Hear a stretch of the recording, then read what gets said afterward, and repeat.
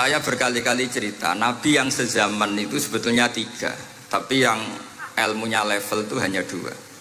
Karena ada yang sezaman yaitu Ibrahim dan Lut. Tentu tidak level karena Nabi Lut itu pernah keponakan Nabi siapa?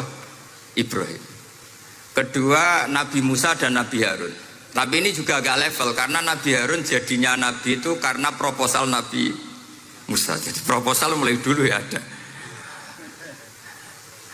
Nah, Nabi Musa kita tahu adalah al-sak. Al-sak itu kalau ngendikan itu lesannya agak cedul ya. Cedul. Ini nanya jejer kesana. Jadi kalau nggak bisa tanya ya. Bahasa Arabnya pokoknya al-sak, cedul ya. Cedul. Karena masyhur ya kita tahu cerita itu Musa yang kecil itu sebeling. Jadi nak digendong Fir'aun itu dijabuti jenggote. Padahal masih kecil. Sesuai Fir'aun curiga dasar Bani Israel.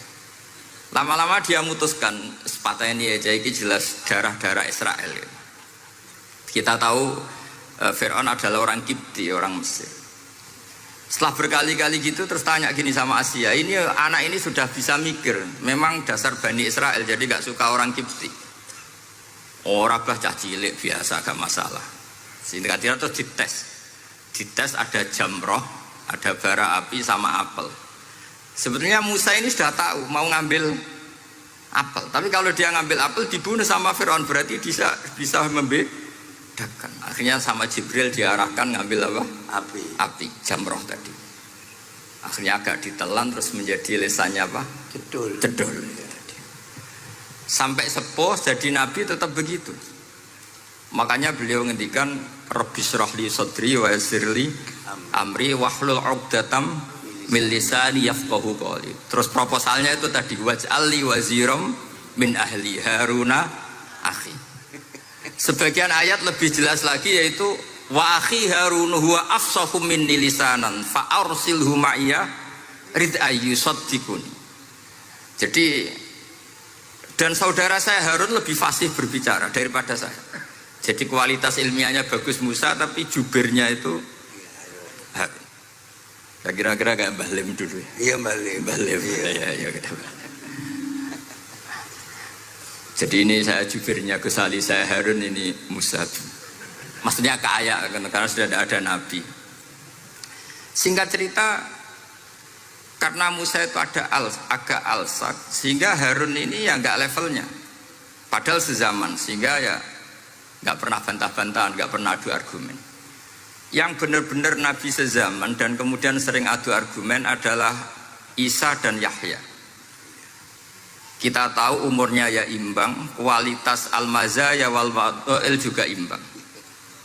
Nabi Isa kita tahu wa yukallimun nasa fil mahdi wa kahla. Mulai kecil bisa ngendikan, ya sudah pinter.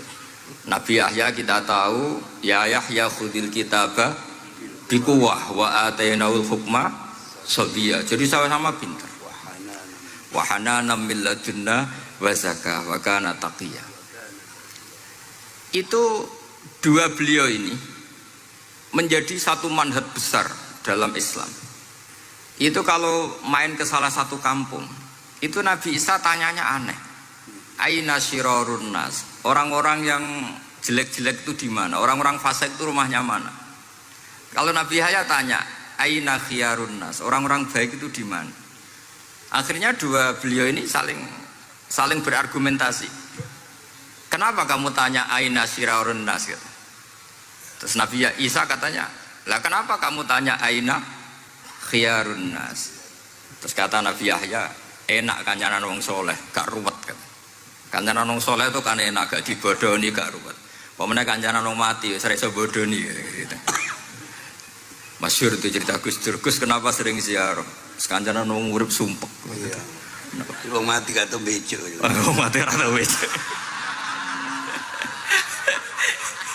Ini teman ziarahnya Bapak. Wong mati kata bejo.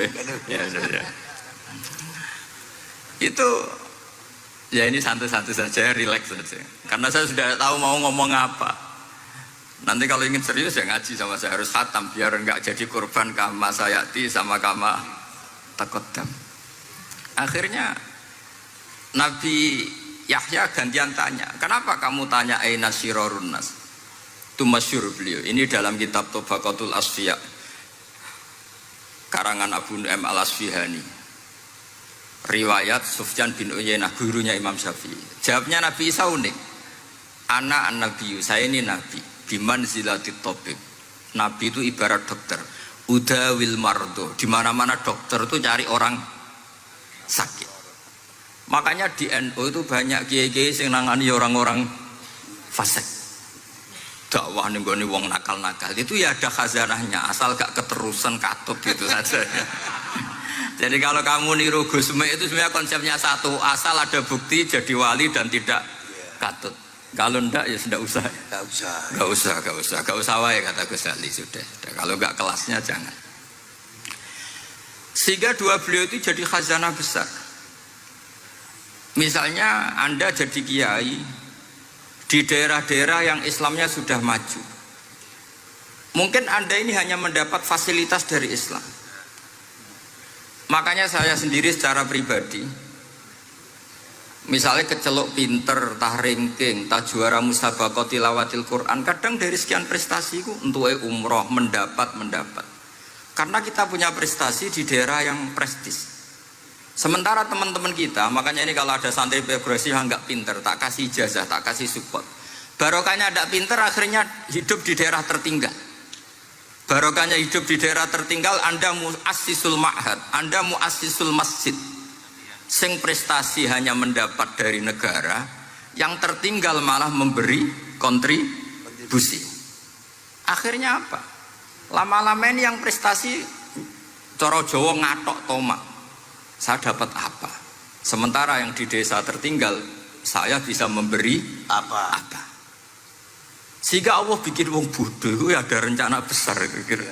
Jadi mau orang bodoh itu gak ada orang-orang santri yang hidup di daerah-daerah apa? Tertinggal. Aman golek prestasi, golek umroh, terus ambisi ngimami masjid haram barang. Terus kapan dakwahnya? Karena yang diburu itu mendapat, bukan memberi.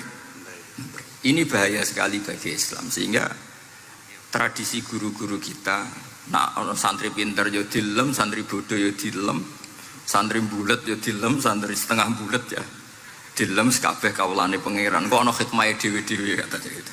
Tapi ini bukan justifikasi atau melegitimasi kenakalan anak-anak Anda. Ini mau cerita ilmiah.